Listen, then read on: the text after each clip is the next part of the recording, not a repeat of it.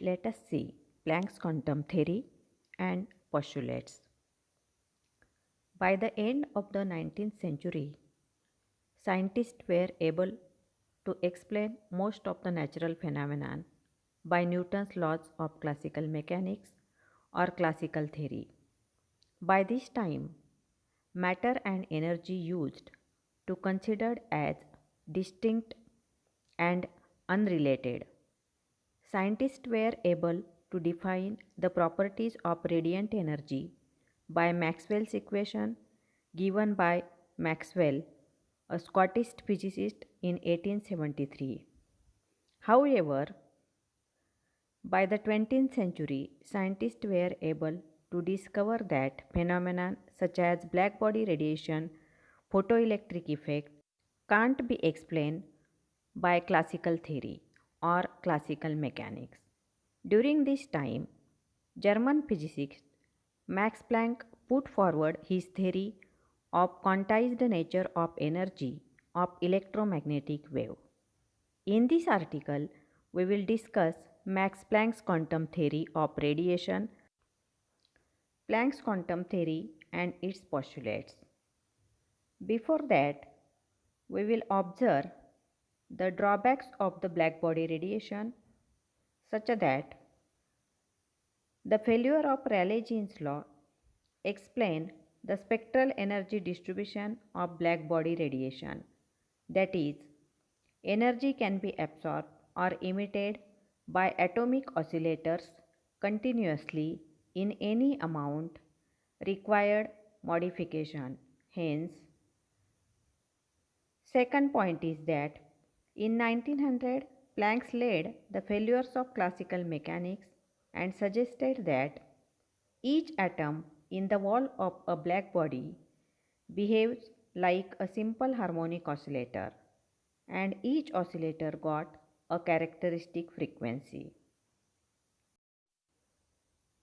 There are n number of simple harmonic oscillators are available in the black body radiation and each of having the different frequency.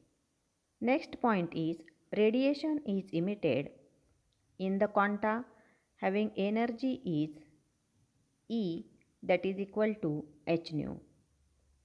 According to Planck's empirical formula, to explain experimentally observed distribution of energy in the spectrum of black body can be given by the empirical formula, and this formula is E lambda d lambda is equal to 8 pi hc upon lambda raised to 5 inside the bracket e raised to hc by kt minus 1. Such a revolutionary hypothesis is known as quantum theory of heat radiation. This relation agrees with experimental curve obtained in Lummer and Pringsing experiment of black body radiation. This is the revolutionary theory in the quantum mechanics with reference to the black body radiation. This formula of distribution of energy with wavelength on the basis of his quantum concept was deduced using the following assumption, and these assumptions are known as the Planck's quantum postulates. These Planck's quantum postulates are very important because the quantum theory is based on the quantum postulates. Now we will see Planck's quantum theory. According to Planck's theory, the atom is associated with the allowed energy state and its energies are quantized. The atom can emit or absorb the radiation that is quantum of energy by jumping from one state to another state. A black body contains the atomic oscillator capable of vibrating with all possible frequencies, and it has only discrete values of energies. Each oscillator has a different energy. Therefore, we can write the energy E is equal to nh nu, where n is an integer that is equal to 0, 1, 2, 3, 4, etc. Nu is the oscillator frequency and h is the Planck's constant. In this way, we can write down the energy of each oscillator. Suppose we have to interested to write down the energy of the third oscillator, then E3 is equal to 3h nu because n is equal to 3, that is number of oscillator. Next point is the atomic oscillator cannot emit or absorb energy continuously, but it can emit or absorb energy in the discrete units of energy such a tiny package. These tiny packages are called as quanta, or in another manner, the bundle of energy or packets of energy is known as quanta. The quantum energy is due to jump of the oscillator from one energy level to the other, that is given by delta En is equal to delta n h nu, where delta n is difference of levels. It is clear that each quantum of energy depends upon the frequency of radiation. Then the total energy exchanged may be 0, h nu, 2 h nu, 3 h nu, up to n h nu in discrete manners. The atom is associated with the allowed energy state, and these energy states are called as the quantum states, and energies are quantized. These quantized energy states are shown in the below figure. In the below figure, on the x-axis there is energy state of atom, and on the y-axis there is energy, and the discrete energy states are shown having the energy E. For the first state, energy E is equal to h nu. For the second state, energy E is equal to 2 h nu. Third state, 3 h nu, up to the nth state, n h nu, etc.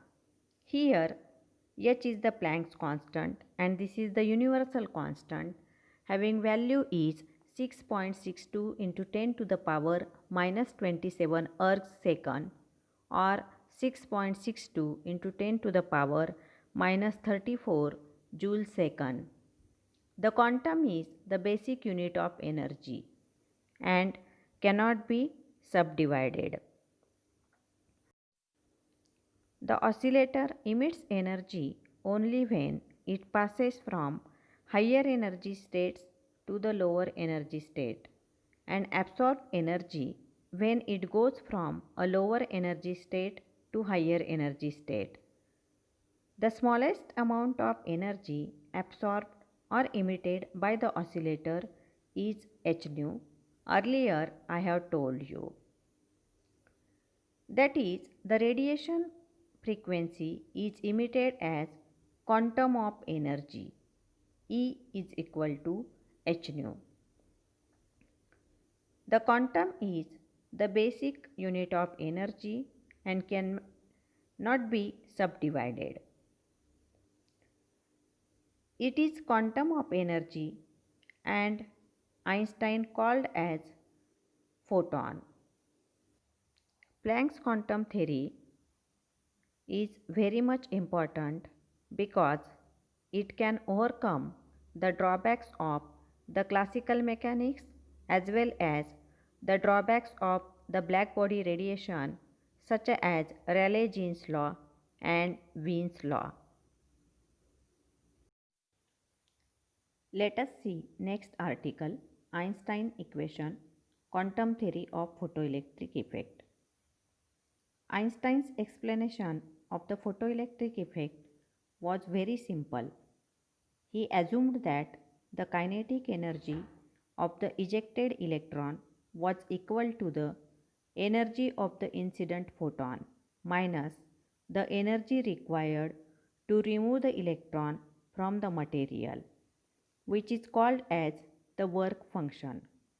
Thus, the photon hits a surface, gives nearly all its energy to an electron, and the electron is ejected with that energy less whatever energy is required to get it out of the atom and away from the surface. The energy of a photon is given by E is equal to h nu. Here nu is frequency of photon, but we know that nu is equal to c by lambda. Then energy E is equal to hc by lambda, where h is Planck's constant, c is velocity of light, and lambda is wavelength. This applies not only to light but also to X-rays and gamma rays. Thus, the shorter the wavelength, the more energetic the photon. Also, we know that photoelectric effect is a process in which electromagnetic radiation ejects electrons from a material. Einstein proposed photons to be quanta of electromagnetic radiation, having energy E is equal to h nu. Photoelectric effect can only be explained by the quantum concept of radiation. First point is the magnitude of stopping potential and hence the maximum kinetic energy of emitted photoelectrons is proportional to the frequency of emitted radiation. In 1905, Einstein was successfully explained photoelectric effect and the laws of photoelectric effect, making use of quantum theory of radiation. Then he assumed that a light of frequency nu consists of quanta of energy or photons. Each photon has an energy h nu and travels with the velocity of light. This is the first assumption. Second assumption is that in photoelectric effect, one photon is completely absorbed by one electron in the photocathode. Proof: consider a photon of energy h nu, which ejects a photoelectron from a material with a velocity nu. Then h nu is equal to 1/2 mv square plus omega, equation 1. Here h is the Planck's constant, nu is the frequency, 1/2 mv square is the kinetic energy, and omega is the work done or energy spent in bringing electron outside the surface. Thus, part of energy of incident photon is used by electron to come out of the metal surface and remaining energy is stored in its kinetic energy. If omega 0 is the photoelectric work function, that is, the energy required to eject an electron just out of the surface, then the frequency of light nu 0 required is given by omega 0 is equal to h nu 0. Here nu 0 is the threshold frequency. We know that threshold frequency of the light, which when falling on a photosensitive surface is just able to liberate electrons without giving them any additional energy. Then it is clear that nu is less than nu 0 will not be able to produce photosensitive effect as an electron can absorb only one photon.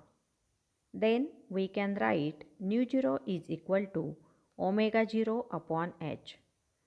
When nu is very greater than nu 0 is incident on the substance, the maximum velocity Vmax with which the electrons is ejected is given by h nu is equal to 1 half mv square max plus omega 0, equation 2. Here kinetic energy is maximum and hence the maximum velocity of the ejected photoelectron is increases with increase in frequency. Above equation 2 is known as Einstein's photoelectric equation. Now omega 0 is equal to h nu 0.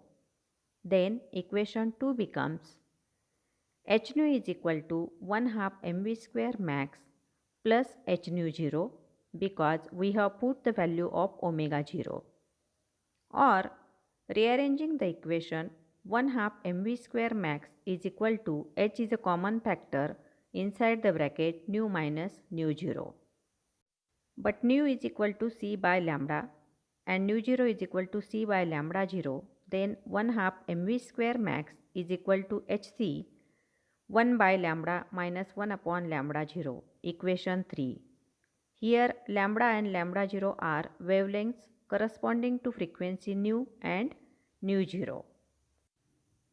From this equation, we can conclude that an increase in the frequency of the incident light increases the velocity with which a photoelectron is ejected.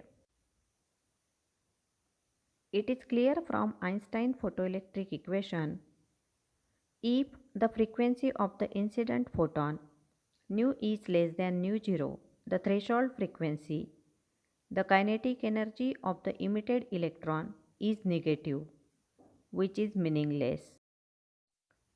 The maximum velocity of the photoelectron depends upon the frequency of incident light and is independent of intensity of light. Since photoelectrons are absorbed in a single unit, there is a localization of energy. The photons are therefore immediately absorbed and there is no significant time delay in the emission of photoelectrons. In Einstein photoelectric equation, 1 half mv square is equal to h nu minus h nu 0. No factor depends upon temperature. Hence, the rate of emission of photoelectrons is independent of temperature.